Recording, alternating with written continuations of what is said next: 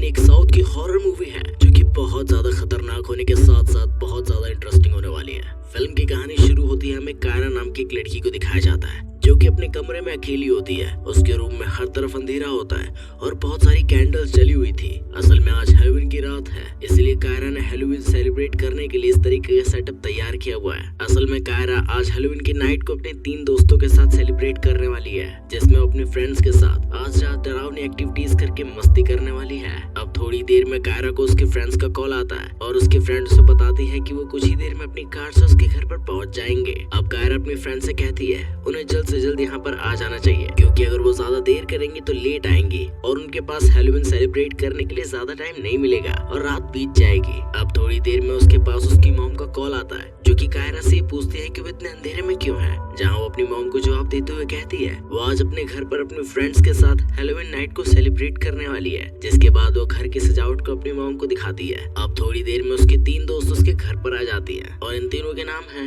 रितु, टीना और नित्या। अब ये तीनों कायरा के घर की सजावट देखने लगती है, लेकिन जो इनकी दोस्त रितु है उसे इस रूम की सजावट देखकर बहुत ज्यादा डर लगता है। वो बहुत ज्यादा घबरा जाती है और कायरा से अंदर आने से मना करने लगती है और बाहर ही रहने का फैसला करती है। लेकिन जब वो देखती है कि उसकी बाकी 3 दोस्त कमरे के अंदर मजे कर रही हैं, तो उसका भी डर कम हो जाता है और उसका भी अंदर आने का मन करने लगता है। इसलिए अब वो भी अंदर आ जाती है और उन सबके साथ मजे करने लगती है। अब हम देखते हैं कायरा गेट को लॉक कर देती है और रूम की चाबी को घर से बाहर फेंक देती है और सभी से कहती है कि आज रात सभी इस घर में रहेंगे और यहाँ से कोई नहीं जाएगा, क्योंकि आज वो यहाँ पर बहुत ज्यादा खतरनाक और डरावनी चीजें करने वाली है। जिसके बाद कायरा म्यूजिक को प्ले कर देती है और ये सभी डांस करना शुरू कर देते हैं। जिसकी थोड़ी देर बाद कायरा एक वीजी बोर्ड को निकालती है और ये सभी आत्मा को बुलाने की कोशिश करने लगते हैं। कुछ देर बाद वो एक मिरर के आगे ब्लडी मैरी वाले भूत को बुलाने की कोशिश करने लगती है। अब ये सारी चीजें करके इन सबको डर तो लग ही रहा था, लेकिन मजा भी आ रहा था। अब हमें थोड़ी देर बाद का सीन दिखाया जाता है और हम इन सभी को डाइनिंग टेबल पर देखते हैं जो कि खाना खा रही होती है। अब रितु कायरा से पूछते हुए कहती है कि क्या तुम्हें भूतों में विश्वास है। अब उसको जवाब देते हुए कायरा कहती है पॉजिटिव है तो नेगेटिव भी होगा, अगर भगवान है तो जाहिर सी बात है कि भूत भी होंगे। जिसके बाद वो सभी से कहती है इसलिए आज रात हम इविल डेड और कंज्यूरिंग मूवी भी देखने वाले हैं। अब इस बात को सुनकर रितु बहुत ज्यादा डर जाती है और सबसे ऐसा करने से मना कर देती है, लेकिन उसकी कोई नहीं सुनता और ये सभी हॉरर मूवी देखना शुरू कर देते हैं। और जब ये मूवी देख रहे थे तभी अचानक से इनके घर की लाइट चली जाती है। अब कायरा कैंडल जलाती है और सभी से कहती है कि उसके पास सभी के लिए एक सरप्राइज है। जिसके बाद वो उन सभी को हैलोवीन स्टोरीज नाम की एक बुक दिखाती है और उन्हें बताते हुए कहती है ये किताब एक श्रापित किताब है और बहुत ही ज्यादा डरावनी किताब है और ऐसा माना जाता है कि इस किताब को जिसने ही पढ़ा है उसकी मृत्यु हो जाती है। और इस किताब की आज तक दुनिया में सिर्फ 4 ही कॉपीज बनाई गई हैं और वो इस किताब को अपने एक बहुत ही करीबी दोस्त से काफी मुश्किल से लेकर आई है। अब इस बात को सुनकर वहाँ मौजूद कायरा के सभी दोस्त डर जाती हैं और उससे कहती हैं कि उन्हें इस किताब को नहीं पढ़ना चाहिए, लेकिन कायरा उनकी एक नहीं सुनती और उस किताब को खोल देती है। और अब जैसे ही वो उस किताब के पहले पन्ने को देखते हैं तो वहाँ उन्हें वार्निंग लिखी हुई दिखाई देती है, जिसमें कुछ पॉइंट्स लिखे थे। जिसमें पहला पॉइंट था जिसने भी इस किताब को एक बार पढ़ना शुरू करा वो इसे बीच में छोड़कर नहीं जा सकता। दूसरा ये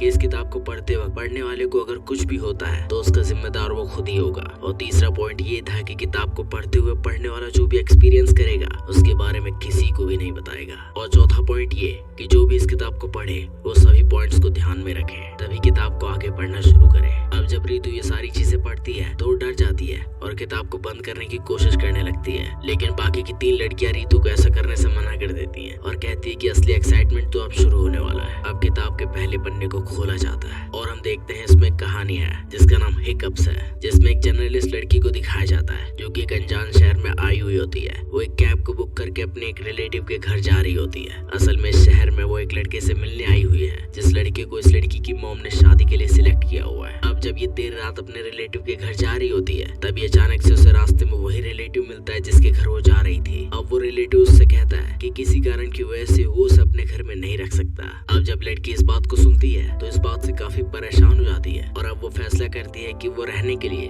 कोई होटल वगैरह देखेगी। अब वो उस कैब ड्राइवर को किसी होटल की तरफ चलने के लिए कहती है और जब कैब ड्राइवर होटल की तरफ बढ़ रहा होता है तो रास्ते में एक सोसाइटी पड़ती है जहाँ से गुजरते उस लड़की को एक घर के बाहर टू लेट का बोर्ड दिखाई देता है, जिसका मतलब है कि यहाँ रूम अवेलेबल है। इसलिए वो कैब से उतर जाती है और कैब को आगे बढ़ने के लिए कहती है। और अब वो दरवाजे के पास आकर घर के अंदर आवाज लगाने लगती है और फिर तभी उस घर से एक बूढ़ी औरत बाहर आती है और उस लड़की से पूछते हुए कहती है, तुम्हें क्या चाहिए? जिस पर लड़की उस औरत से 1-2 दिनों के लिए रूम रेंट पर लेने की बात करती है। अब वो बूढ़ी औरत उससे पूछती है कि तुम्हें हिचकियां तो नहीं आती? उस बूढ़ी औरत की बात लड़की को काफी अजीब लगती है कि आखिर वो ऐसा क्यों पूछ रही है, लेकिन फिर वो उसे इग्नोर कर देती है और कहती है, नहीं, मुझे हिचकियां नहीं आती। अब इस बात को सुनकर वो बूढ़ी औरत उसे रूम की चाबी दे देती है और अंदर भेज देती है। अब वो लड़की जैसे इस घर के अंदर आती है तो घर को देखकर काफी प्रभावित होती है, क्योंकि उसे बहुत ही कम दाम में एक काफी सुंदर घर मिल गया था। अब हमें थोड़ी देर बाद का सीन दिखाया जाता है और हम उस लड़की को वॉशरूम में नहाते हुए देखते हैं। और जब वो नहा रही होती है तभी अचानक से उसे हिचकी आना शुरू हो जाती है और उसे उस बूढ़ी औरत की वो हिचकी वाली बात याद आ जाती है। और वो इस बात से काफी हैरान थी कि उसे अचानक से हिचकी आना कैसे शुरू हो गई, लेकिन वो इस बात को इग्नोर कर देती है और तैयार होकर नीचे खाना खाने आ जाती है। और जब वो टेबल पर देखती है तो वहाँ पर उसे कोई खाना नहीं मिलता। तभी अचानक से उसे उस बूढ़ी औरत का कॉल आ जाता है, जिसने उसे एक घर किराए पर दिया था। और वो बूढ़ी औरत उससे कहती है, तुम्हारा खाना फ्रिज के अंदर रखा हुआ है, वहाँ से निकाल कर खा लो।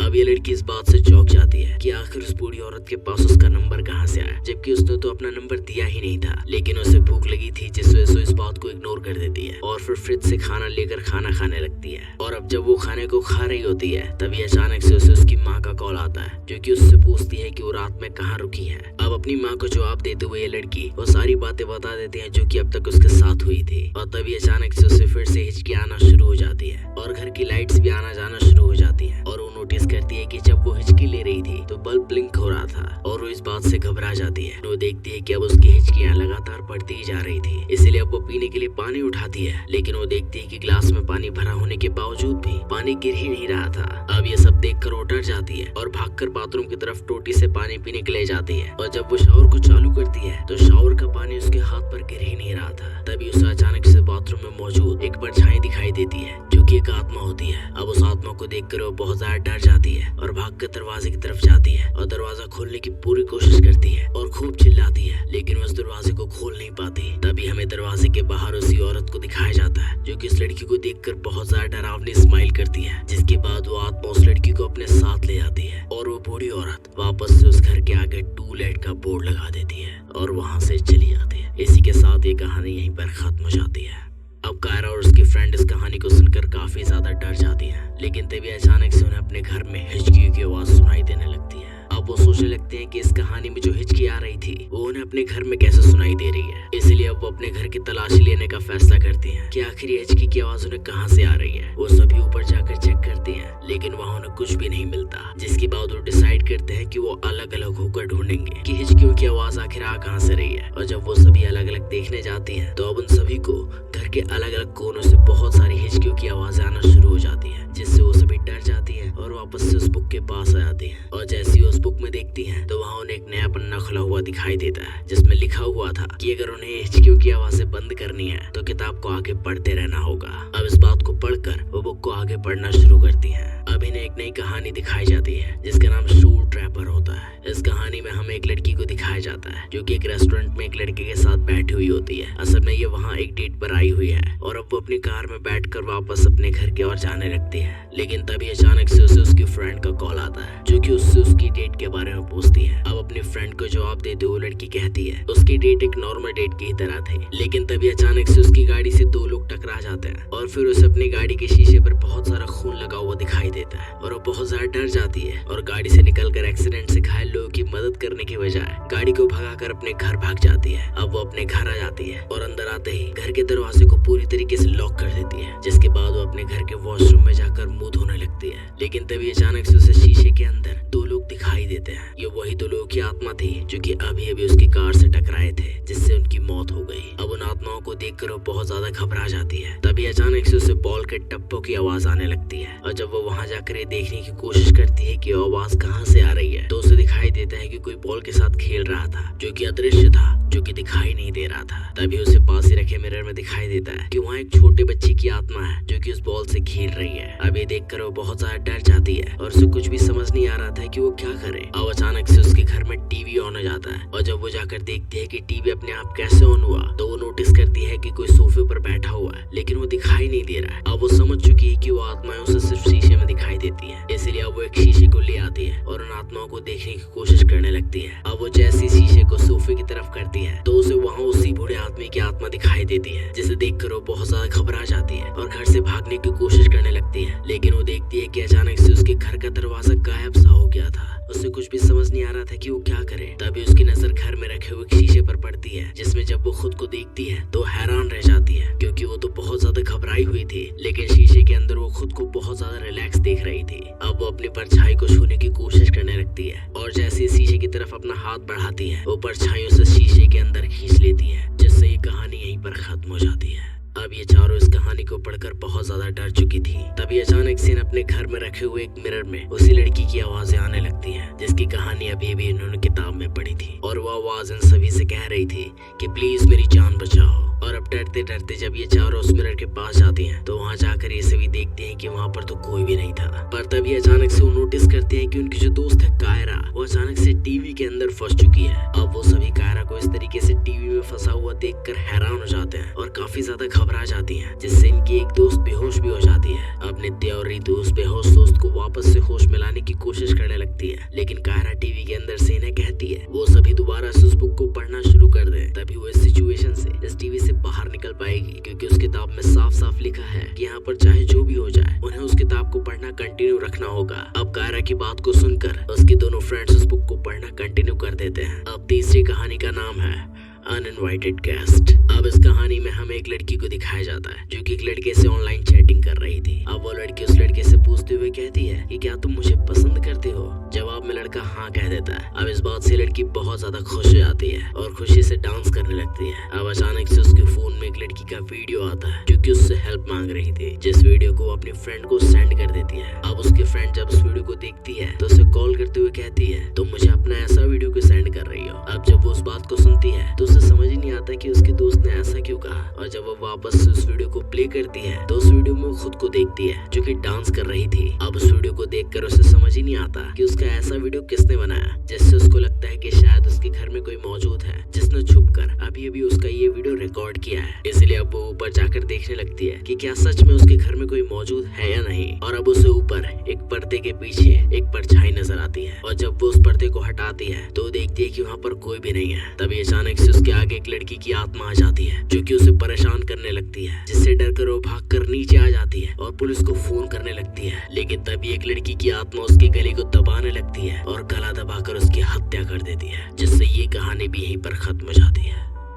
अब ये दोनों इस कहानी को पढ़कर पूरी तरीके से घबरा चुकी हैं, लेकिन तभी अचानक से इनके घर की डोरबेल बजती है। कायरा उन दोनों को डोर खोलने को कहती है और जब ये दोनों दरवाजे के पास जाकर ये पूछती हैं कि कौन आया है तो जवाब में उन्हें एक आदमी की आवाज आती है जो कि इन्हें बताता है कि वो एक पुलिस इंस्पेक्टर है और यहाँ इसलिए आया क्योंकि यहाँ से उसे एक लड़की का कॉल आया था। अब वो पुलिस इंस्पेक्टर से कहती हैं चाबी बाहर ही है, आप वहाँ से चाबी ले लो और दरवाजे को खोल लो। अब इंस्पेक्टर चाबी की मदद से घर के अंदर आ जाता है। अब वो उनसे पूछता है कि वो लड़की कहाँ है जिसने उसे कॉल करके यहाँ पर बुलाया है। अब वो दोनों बताते हुए कहती हैं यहाँ से तो किसी ने भी उसको कॉल नहीं किया। तभी अचानक से उन दोनों को याद आता है कि अभी अभी उन्होंने जो कहानी पढ़ी थी उसमें वो लड़की मरते मरते पुलिस को कॉल कर रही थी। शायद ये पुलिस वाला उसी कॉल की वजह से यहाँ पर आया है। अब वो सभी उस पुलिस वाले को यहाँ हो रही सभी घटनाओं के बारे में सारी जानकारी दे देती है। अब उन्हें जवाब देते हुए इंस्पेक्टर कहता है उसे उनकी बात पर विश्वास नहीं है। तभी अचानक से उसकी नजर टीवी में कैद कायरा की तरफ जाती है, जिसे देखकर वो घबरा जाता है। तभी अचानक से एक आत्मा वहाँ पर आ जाती है और उस पुलिस वाले को खींचकर वहाँ से ले जाती है, जिससे वो दोनों लड़कियां बहुत ज्यादा डर जाती हैं। और फिर अचानक से कायरा उस टीवी से बाहर आ जाती है। अब कायरा भी यहाँ हो रही सभी घटनाओं से काफी ज्यादा घबरा जाती है और सभी से कहती है कि चाहे जो भी हो जाए हमें उस किताब को पढ़ते रहना चाहिए। अब ये तीनों वापस से उस किताब की अगली कहानी को पढ़ना शुरू कर देते हैं, जिस कहानी का नाम है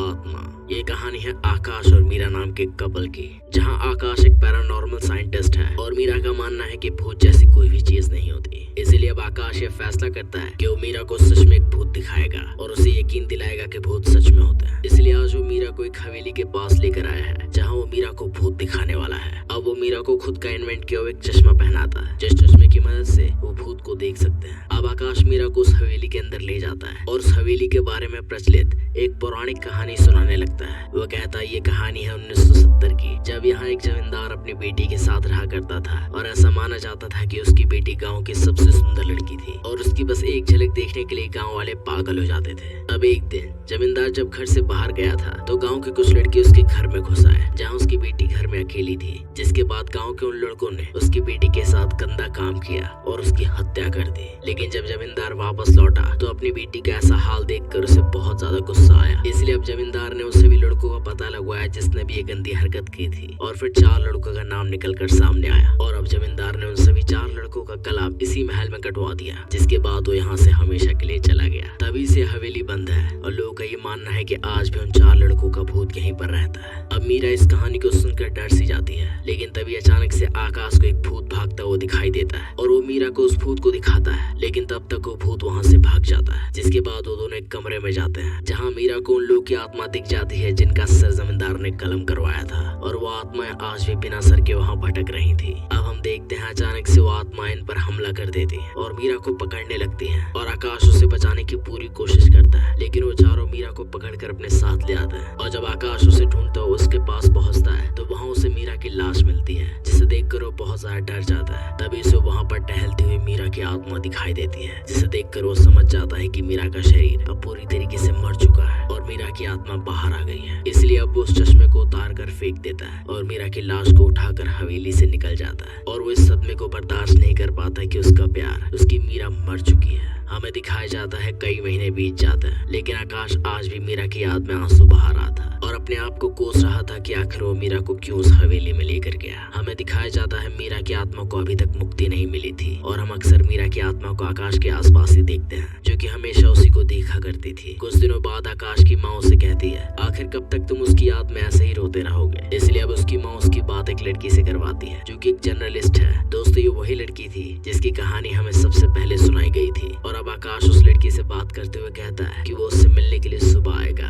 और जब मीरा इस बात को सुनती है तो उस जर्नलिस्ट को मारने का फैसला करती है। इसलिए अब वो उसे अपने जाल में फंसा लेती है और उस बूढ़ी औरत के घर भेज देती है, जहाँ उसने उसे जान से मार डाला। उसके कुछ महीनों बाद आकाश की माँ फिर से किसी लड़की से उसकी शादी की बात करती है और अब आकाश अपनी माँ की बात मानकर फिर से एक लड़की से मिलने रेस्टोरेंट में जाता है, जहाँ हमें पता चलता है वो जिस लड़की से मिलने गया था वो कोई और नहीं बल्कि दूसरी कहानी वाली लड़की है। आकाश उसके पास जाता है और उसे शादी के लिए मना कर देता है और मीरा की आत्मा भी वहाँ पर मौजूद सारी बातें सुन रही थी। और अब वो लड़की अपने घर जाते हुए अपनी कार को ड्राइव कर रही होती है तो कॉल पर वो अपने दोस्त से कहती है आकाश इतना बुरा भी लड़का नहीं है, इनफैक्ट वो उसे पसंद आया, जिस वजह से मीरा की आत्मा को गुस्सा आ जाता है और उसकी कार का एक्सीडेंट करवा देती है। और वो लड़की जैसे ही घर पहुंचती है मीरा उसको भी मार डालती है। अब हमें जो तीसरी कहानी दिखाई गई थी वो चैटिंग वाली लड़की वो कोई और नहीं बल्कि आकाश की स्कूल फ्रेंड थी, जो कि बचपन से ही आकाश को पसंद करती थी। और उस रात आकाश ने उसे शादी के लिए हाँ कर दिया था, लेकिन मीरा को ये बात मंजूर नहीं थी, इसलिए उसने उस लड़की को डराया और उसकी भी हत्या कर दी। अब ये कहानी पढ़कर कायरा के सभी दोस्त डर जाती है, क्योंकि इन्हें पता चलता है कि ये सभी कहानी एक दूसरे से इंटरकनेक्ट है।